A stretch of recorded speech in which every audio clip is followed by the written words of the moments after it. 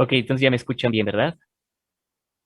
Si alguien me puede avisar si ya me escuchan bien. Ok. Pues bueno, hermanos, como les decía, es una visión es vivir de alguna forma en esta generación de la generación de la tecnología, que ya nos podemos o podemos tomar una clase a distancia sin ningún problema. Qué bendición, ¿verdad? Y antes de empezar, me gustaría hacer algunas preguntas sencillas.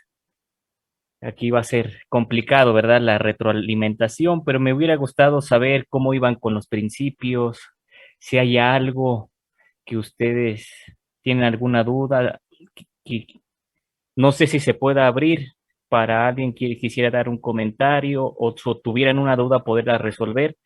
Con base a todos los temas que hemos visto hasta ahora, hemos visto 6 principios. Hoy sería la séptima clase. Esta clase va a ser lo que le llama el autor el hacer, va a ser más práctico, cómo realizar un plan de control de gastos. No sé si me pueden apoyar en ese sentido, si se puede hacer una retroalimentación, si no, continúo.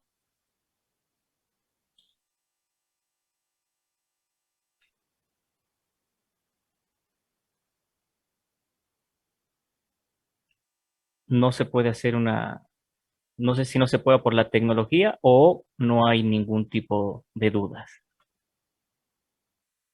Que alguien me pueda ayudar. Por el momento yo no tengo ninguna duda, me ha parecido bastante claro lo que se ha manejado y además muy interesante porque desde mi punto de vista pues yo lo veía muy, ¿cómo se dice? Desde punto de vista ajeno al cristianismo y ajeno a la Biblia, y cuando vemos que está muy apegado a algunas cosas directamente a la Biblia, pues como que tiene más fundamento esto.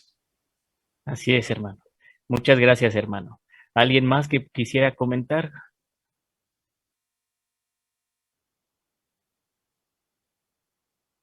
¿Alguien vio los 2 videos para la clase del día de hoy?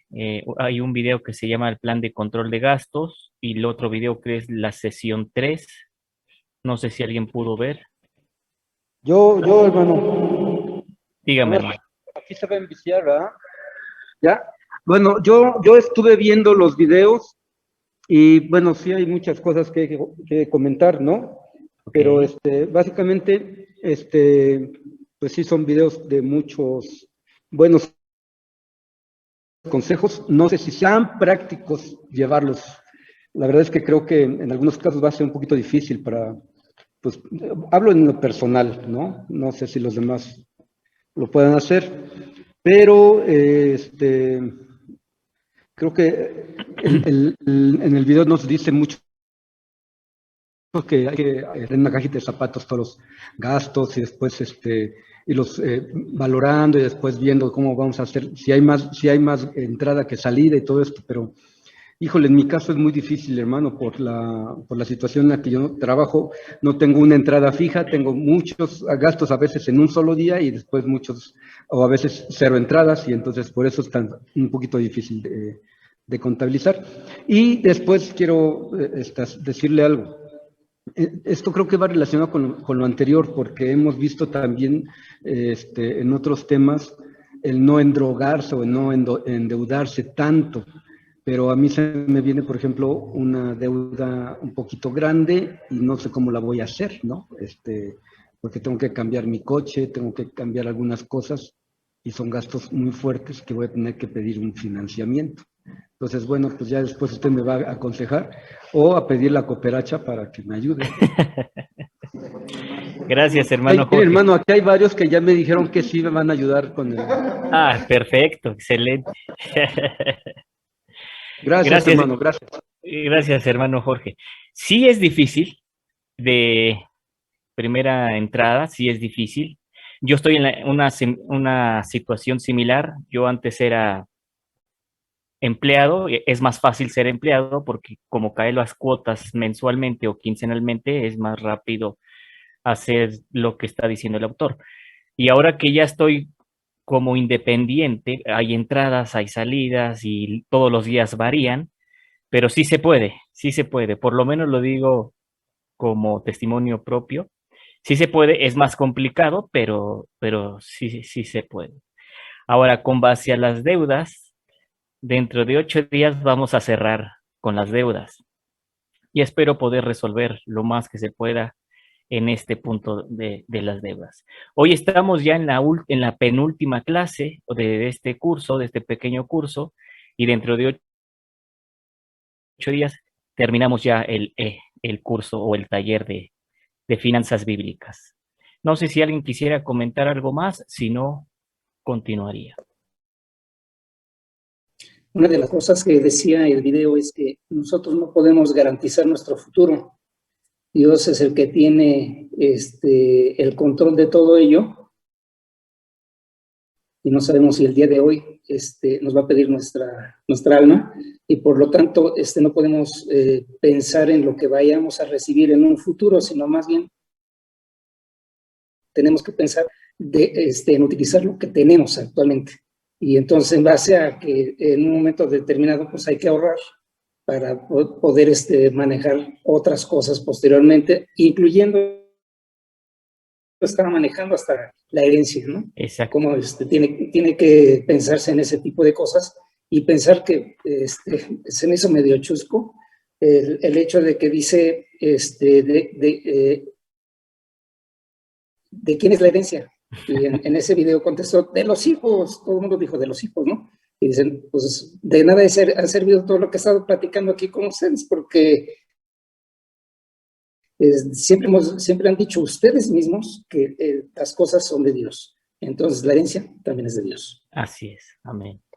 Así es, hermano. Muchas gracias por su retroalimentación. Y hoy vamos a ver vamos a ver el plan de control de gastos. Vamos, espero que me puedan dar permiso para poder compartir. Excelente. Y precisamente desde el inicio o las compras que hicieran en un papel y guardarlo en una caja de calzado, porque hoy los vamos a utilizar, ¿no? Vamos a explicar, seguramente tiene algo mucho más sofisticado. Aunque es sencillo, pero es funcional. El que es contador también va a tener algo más sofisticado, pero aunque es sencillo, es funcional. Y hoy vamos a ver entonces el plan de control de gastos. Es importante tener un plan de control de gastos porque nos va a dar dirección, nos va a dar rumbo. El 20% de la población mundial tiene números positivos y el 80% de la población saldos rojos. La mayoría tenemos o tienen, según el caso, saldos rojos. Saldos rojos. ¿Por qué realizar un plan de control de gastos? Proverbios 21:5 dice la palabra del Señor, que los pensamientos del diligente ciertamente tienden a la ansia. Los pensamientos del cuidadoso, mas todos los que se apresuran alocadamente, de cierto va a la pobreza. Debemos de tener un presupuesto a través de un sistema o algún proceso que haga la vida mucho más fácil, para que sepas si estás ganando o estás perdiendo dinero. Un presupuesto es la manifestación económica de los principios que vimos, de los valores, de las metas, de los objetivos, ya sea de la empresa o del control familiar. Y un presupuesto es la aplicación de todo lo que hemos visto en el curso. Proverbios 27, versículo 23 y 24, la Reina Valera 60 lo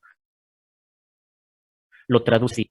Sé diligente en conocer el estado de tus ovejas y mira con cuidado por tus rebaños, porque las riquezas no duran para siempre. Y será la corona para perpetuas generaciones. La Reina Valera nos dice, mejor dicho, la palabra de Dios nos dice que uno tiene que ser cuidadoso en conocer el estado de tus ovejas. En el presente podríamos decir, sé cuidadoso en conocer el estado de tu negocio. Sé cuidadoso en conocer el estado, lo que estás ganando. Y mira con cuidado tus rebaños. La Nueva Traducción Viviente lo traduce, mantente al tanto del estado de tus rebaños y entrégate de lleno al cuidado de tus ganados, porque las riquezas no duran para siempre y tal vez la corona no pase la próxima generación. Y es lo que estamos sufriendo en esta generación, que creencia ya no está llegando a la nueva generación, están llegando solo deudas. Y el texto nos enseña eso, que uno debe de ser cuidadoso en las finanzas. En cuanto a los negocios, un presupuesto te ayuda a enfocar a la organización, a pasar autoridad, a pasar responsabilidad. En que el conocimiento es poder. Conocer el estado de tu negocio o tus ovejas te da la información necesaria para tomar decisiones inteligentes. Cuando tú sabes lo que está pasando en tu vida financiera, tú puedes tomar decisiones inteligentes porque sabes lo que está pasando. Debemos de llevar la cuenta de nuestra empresa, de nuestros gastos, de nuestras inversiones. Debemos de tener un plan de control de gastos. Vuelvo a repetir, para la familia, para los negocios, para el ministerio, para una organización. Y debes saber si estás ganando o estás perdiendo dinero. Y la mayoría no sabe si gana o pierde con esa actitud. Porque alguien que sabe debe de saber con exactitud si estás ganando o estás perdiendo. Debes saber cuánto estás perdiendo o cuánto estás ganando. La mayoría tiene algo aproximado, pero los números dicen que deben de ser exactos. Un presupuesto más una buena contabilidad dicen que es un termómetro para tu negocio. Un presupuesto es el mapa que te dice dónde estás y dónde deberías estar. Una buena contabilidad te coloca los pies sobre la tierra y te dice también dónde estás. Si tienes un presupuesto, te das límites, es decir, sabrás dónde parar. Porque uno de los problemas es que no hay dinero, pero no saben en dónde está el problema. Entonces, no saben dónde limitarse. Entonces, al tener un presupuesto, así podrás tomar medidas correctivas si son necesarias. Dave Rai, el expresidente de Apple para Canadá, dice que tenemos 90 días para saber lo que está pasando en el negocio y así tomar medidas correctivas. 90 días. Debemos utilizar, para eso necesitaríamos un sistema o algún tipo de proceso que te esté indicando el estado de tu organización o el estado de tu vida financiera, hablando familiar. Siendo las 24/7, las 365 días, es decir, todo el tiempo, para poder tomar medidas correctivas de inmediato, decisiones más inteligentes. Porque si esperas al final del mes, quizá ya sea demasiado tarde. Entonces, esa es la importancia de poder tener un plan de control de gastos. Voy a compartir un ejemplo que nos puede ayudar para realizar un plan de control de gastos. Por ejemplo, tenemos un archivo que lo vamos a compartir y ya se lo pasé a Abner, se los va a hacer llegar. Y ese archivo, por ejemplo, tenemos este pequeño formulario donde nos dice todo lo que tiene que entrar. Y si lo llenamos cuidadosamente, nos tiene que arrojar un número. Por ejemplo, ¿cuánto trae el esposo? Vamos a hacer un ejemplo. ¿Cuánto trae un esposo? Si pensemos que el esposo mensualmente gana 10,000 pesos, ya tiene la fórmula que nos ayuda a calcularlo. ¿Cuánto trae la esposa? Pensando que para hacer números fáciles, gana lo mismo. ¿Cuánto gana con su negocio? A veces hay personas que son empleadas, tienen una ganancia y aparte tienen un negocio que les está dando un poquito más. En caso que no lo tengan, podemos llenarlo con cero. Hay personas que pues ya, cuando ya han invertido en su dinero, ahora ya tienen algo que alquilar y también aquí lo podríamos llenar, ya sea, y si no, pues lo podemos llenar con cero. Hay personas que, por ejemplo, tienen inversiones en los bancos, aquí podrían poner la ganancia de esa inversión para que nos dé una entrada más. Y hay otros que tienen otra entrada que llámese como sea, pero podrían poner. Y eso al final nos tiene que arrojar un resultado. Por ejemplo, aquí el ingreso neto son 20,000 pesos. De esos 20,000 pesos, el autor, para que se pueda entender, le llama lo que hay que pagar a César, pasándose del texto de dar a Dios lo que es de Dios y a César lo que es de César, y de César hagamos que son todos los impuestos del SAT, ya sea IVA, ICR, aduana, etcétera. Entonces, con base en eso, nosotros tenemos que dar o tenemos que dar los impuestos. Por ejemplo, de 20,000, no sé cuánto podría ser, pero para hacer un cálculo más rápido voy a poner 2,000. Y entonces nos arroja aquí que cuánto tendríamos que dar de diezmo. Según este formulario, si ganamos 20,000 y damos los impuestos 2,000, pues tenemos 18,000 y el 10% sería 1,800. En caso que diéramos algunas ofrendas durante el mes, aquí la podríamos poner. Si damos a las iglesias que tienen o le llaman promesas de fe, lo reparten con sobres, y esas promesas de fe es cuando apoyan mensualmente a algún misionero o alguna fundación, pero mensualmente lo están haciendo, aquí también lo podrían poner. Por ejemplo, si se comprometieron a dar mensualmente o apoyar a algún misionero, aquí lo deberían de poner aquí. Y todo eso englobaría lo que le estamos dando al Señor. Entonces, si ponemos que damos 1,000, total de donaciones, el autor le llama, hay personas que luego se confunden aquí, entonces, por la terminología, pero si le ponen donaciones, como que les queda un poquito más claro. Y en total de estos tres rubros, 3,300, 3,300, y esto le quitas al neto que tienes, entonces te quedaría 14,700. El autor le llama el dinero disponible. Y el dinero disponible es la cantidad de dinero con la que tienes que aprender a vivir. Y aquí es donde empiezan a veces los conflictos. Hay personas que quieren aprender a vivir con los 20,000 sin antes quitar todo lo demás, que al final es un dinero que no lo tienen, y cuando quitan los impuestos, cuando quitan el diezmo, cuando quitan la ofrenda, cuando quitan las promesas, pues en realidad no tienen 20,000, tienen 14,700. Y esa es la bendición que Dios nos está permitiendo tener en este ejemplo.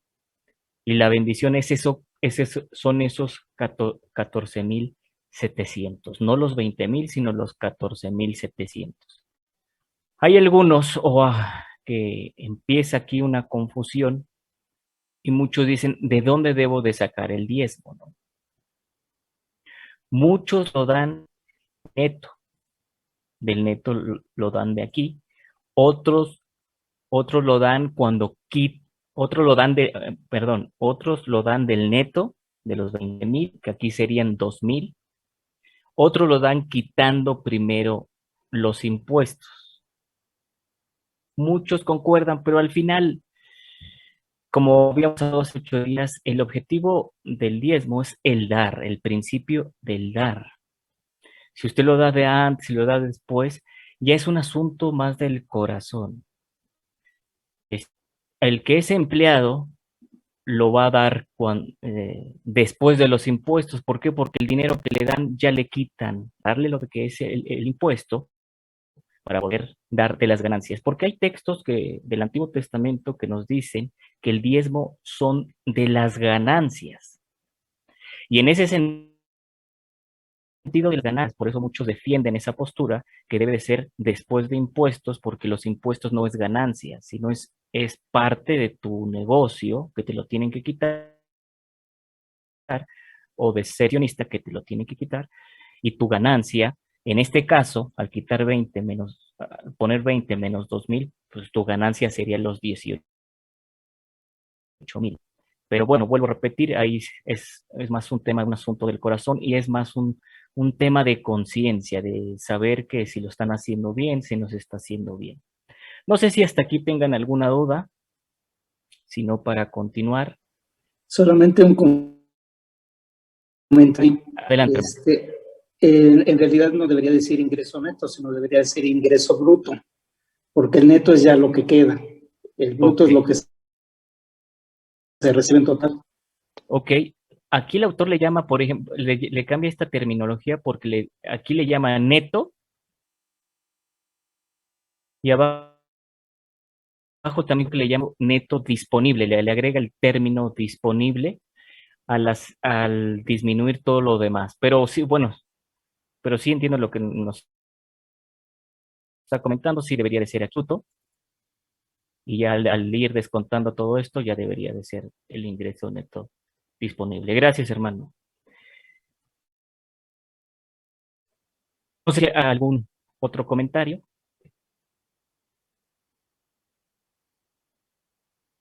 Si no, continúo. El formulario que aquí del Excel nos da las 10 categorías que da el autor en el manual, si lo han podido ya casi terminar, tuvieron que haber visto estas categorías, las categorías de transporte, de vivienda. Él engloba 10, que ahí entra la mayoría del presupuesto mensual, que es el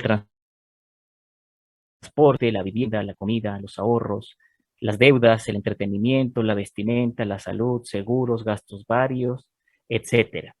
Entonces, en cada pestaña nos podemos ir llenando conforme a los tickets que fuimos anotando día tras día. Entonces, si ya tenemos todos los tickets, todos los papeles que anotamos de los gastos, ahora nos tocaría separarlos por categoría. Por eso decíamos que apuntar y haber apuntado una descripción, por ejemplo, aquí gasté 100 pesos de gasolina o gasté 50 pesos en transporte durante todo el día y lo vamos a ir separando según la categoría. En este caso sería transporte y en transporte algunos ejemplos que se dan. En transporte entra el gasto de gasolina, de aceite, mantenimiento del auto, el seguro del auto, reparaciones, transporte público, otros gastos, y aquí ir llenando conforme a esta categoría. Ahora, nos da el autor un porcentaje. Ahora, el porcentaje que nos da es más para el ciudadano de Estados Unidos, pero nos da el porcentaje que se debería de gastar en el transporte, el 15% de tu sueldo total. Si vemos aquí, conforme al ejemplo anterior, el ingreso neto disponible es de 14,700 y el 15% de esto nosotros deberíamos de gastar en transporte mensual 2,205 pesos.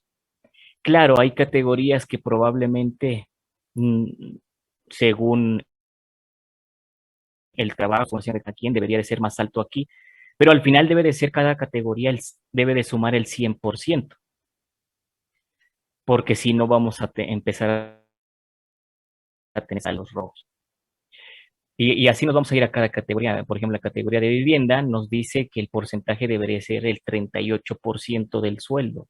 Entonces, el 38% del ingreso neto disponible sería 5,586 y no gastar más de allá.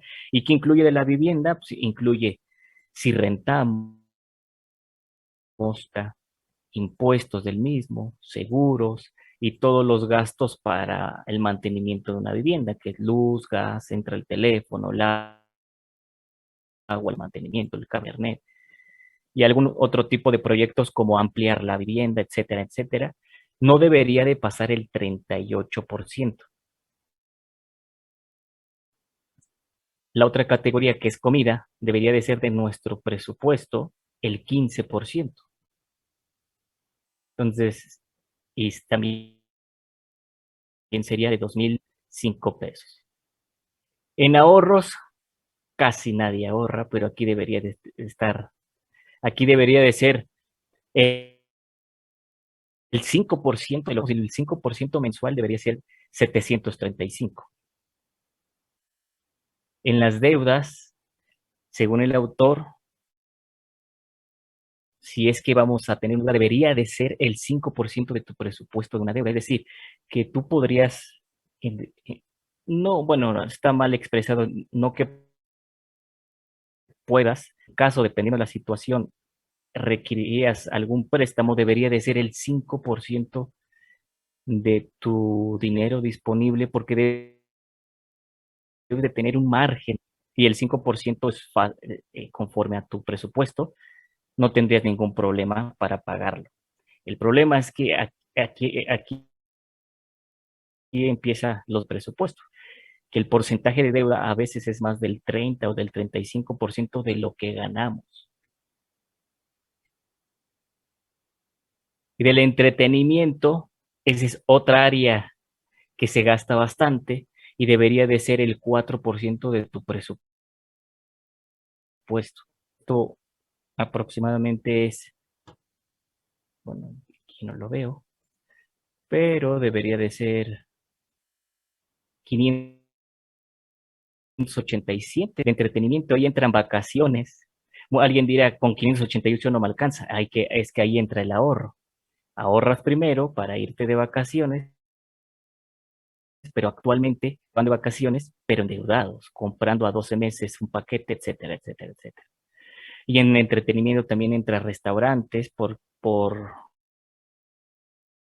lo que habíamos visto de cuándo es un deseo, cuándo es una necesidad y cuándo es un deseo de calidad, y el restaurante se considera como un deseo de calidad. Salidas para pasear, como es parte del entretenimiento, y otros entretenimientos, ¿no? Como algunos pagan algunos rentas de streaming, ahí también en entretenimiento. Y debería de ser el 4% de nuestro presupuesto. Si viéramos cuánto deberíamos de gastar, pues es muy poquito lo que debemos de gastar. Y esta categoría, por lo regular, también es más alta, hablando generalmente. En vestimenta, también debería de ser el 4% de nuestro presupuesto. En la salud, debería de ser el 5%. Ahí entra gastos médicos, gasto de medicina, cuota del seguro de salud, compra del... Ahora, no siempre, muchos dicen, es que el 5% es muy poquito. Sí, lo que pasa es que no siempre nos enfermamos. Como no siempre nos enfermamos, mensualmente deberías de tener el 5% como un ahorro, que en su momento yo lo llamé un plan emergente. Aquí entraría el plan emergente. Cuando te des cuenta, ya tendrías los 6 meses de tu salario, pero deberías de alguna forma ahorrar el 5% para tu salud mensualmente. Entra otra categoría de seguros, y aquí entra seguros de vida. No entra, muchos ponen luego este seguro de vida en otra categoría, a veces lo ponen como de salud, pero no, aquí lo abre diferente en otra categoría, como seguro de vida, otros seguros como de auto, etcétera, etcétera. También debería de ser el 5%. Y los gastos, es que la mayoría del dinero es donde se va aquí. Los gastos varios que entran, muchos compran, bueno, antes que revistas, que periódico, suscripciones, cosmequería, lavandería, tintorería, almuerzo, regalos como los cumpleaños, aniversarios, los regalos de Navidad que ellos nos dan, alguna ayuda a los padres, unos envíos que luego se pueden hacer. Aquí entraría en esta categoría, que es la más difícil de controlar, pero sí se puede controlar. Es la más difícil porque aquí es donde das el dinero que tienes en el bolsillo, como al viene, como al que está en el cajero, empacando, todo eso. Ahí es donde se te va de poco a poquito, te va el dinero. O estás en la calle y pasas a la tienda, ahí algunas cosas entrarían en esta categoría, que es la más difícil de controlar, pero sí se puede controlar con el método de los sobres. En lo personal, cuando yo empecé en estos temas, nunca había escuchado el método de los sobres, pero cuando lo empecé a utilizar, al principio es un poco engorroso, pero sí es funcional, en verdad sí es funcional. Y cuando utilizas los sobres, en un momento lo voy a mencionar, este, sí te limitas bastante. Y si eres fiel a los sobres, o sea, a la cantidad que vas poniendo a los sobres, sí te alcanzas, sí te rinde el dinero, pero te tienes que controlar. Ahí entran los principios, controlar, ser paciente, etcétera, etcétera. Y al llenar cada cantidad, ya todo tiene sus fórmulas que pueden sumar. Al final nos va a dar un presupuesto, un total del presupuesto. Yo no lo llené, pero bueno, aquí tenemos un ejemplo. Esta es la parte que el autor nos da como recomendación, que lo es lo que fui mencionando: el transporte el 15%, vivienda 38%, alimentos el 15%, y todo lo demás prácticamente viene siendo el 5%, y al sumar nos debe dar el 100% del dinero disponible, en este caso de los 14,700. Y de un lado derecho, aquí podemos ajustar al consumo real. Conforme vayan llenando esos tickets y lo vayan separando y vayan llenando los formularios de estas pestañas, de estas categorías, aquí ya podrían ustedes ver y poder comparar lo que está sucediendo. Poder ver cuánto están gastando en porcentaje el transporte. Al poner la cantidad aquí, automáticamente nos va a calcular el porcentaje. Y aquí es donde podemos empezar a ajustarnos. Está saliendo más el dinero y bajar el porcentaje y prácticamente someternos al porcentaje que vayamos poniendo, ¿no? Porque en educación o tengan que invertir un poco más por los hijos, etcétera, etcétera, etcétera. Entonces, pues lo aumentan a ese porcentaje, pero le van a tener que bajar a otra categoría, porque si no se van a pasar del 100%. No sé si hasta aquí haya una duda, hermanos, antes de que se me duerma.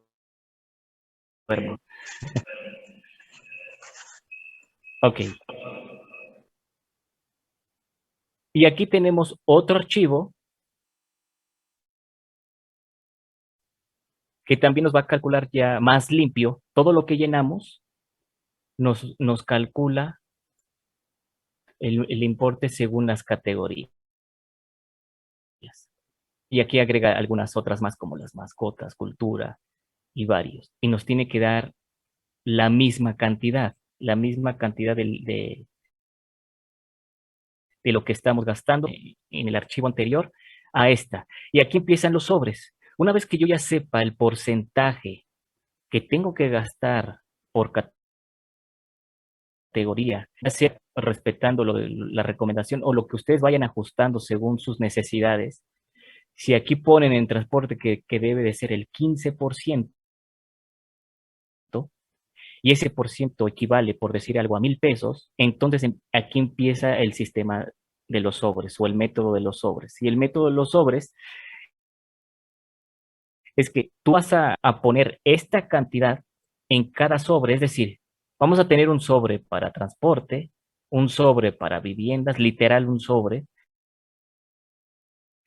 para ahorros, deudas, entretenimiento, así para las 10. Y en cada sobre vamos a poner el dinero que vamos a gastar. Por ejemplo, en el sobre de transporte tendríamos que meter 1,000 pesos. El de la vivienda deberíamos de poner, respetando este ejemplo, 15,000 pesos. En el sobre de comida, 4,500. Y así nos vamos. En cada sobre la cantidad que nosotros pusimos que vamos a gastar mensualmente. Mensualmente. Ahora, ese es con base a los sobres. Y esos sobres se tienen que dividir en 4. Es lo que nos enseña el autor. ¿Por qué no dijo 4 semanas o por qué en 4? Porque hay meses que tienen 5 semanas y si tú lo separas por semana no te va a alcanzar el dinero. Pero si lo separas en 4, te tiene que alcanzar aunque 5 semanas al mes. Y él lo separa en el día primero, el día 8, el día 16 y el día 24. ¿Qué quiere decir esto? Que el día primero es cuando tú puedes gastar el sobre el día primero. Si se te acaba, o sea, Esta cantidad de 1,000 pesos lo vas a dividir en 4. Y 4 debe de ser 250 para el día 1, 250 para el día 8, 250 para el día 16 y 250 para el día 24. Y en cada primero de cada mes, tú deberías de tener en tu sobre 250. Y si se te acaba el dinero en el sobre, ya no debes de gastar. Por eso se llama el sistema de sobres, porque si no tienes, ya no gastas. Hasta el día 8 vuelves a llenar el sobre con otros 250 y te tiene que durar hasta el 16.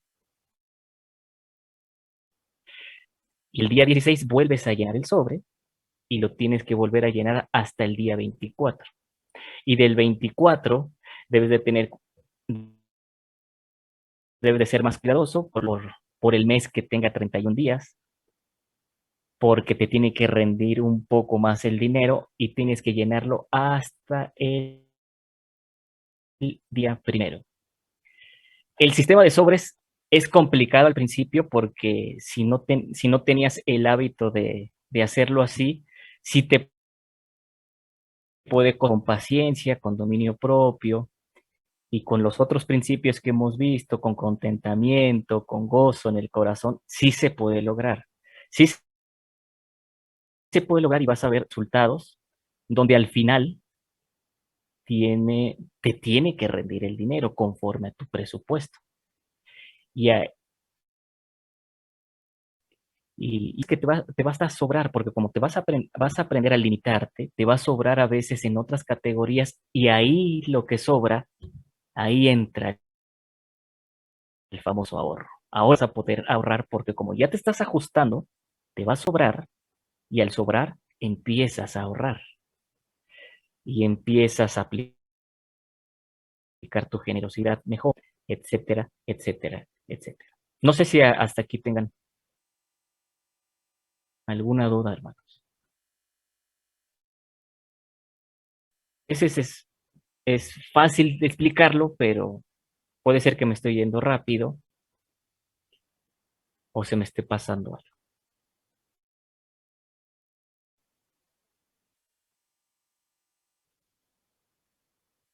Ok. Y el otro archivo que también nos ayuda, como que vimos que el autor le llama días de pago familiar, que es el sistema de sobres, que del 1 al 7 vamos a poner la cantidad del sistema de sobres. No sé si el sistema de sobres se entendió, si ya lo conocían, sí me gustaría que alguien pudiera comentar con base en eso, si alguien lo ha utilizado, cuál ha sido la experiencia de cómo lo ha utilizado y o si se está entendiendo este sistema de sobres.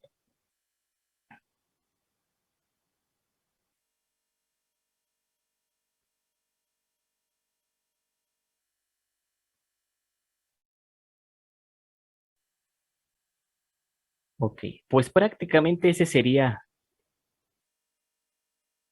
el- la clase de hoy, que sería ver esta parte del plan de control de gastos y al final que esto nos va a ayudar para empezar a controlarnos cada vez mejor y así poder ejercer la mayordomía de alguna forma mejor y fiel.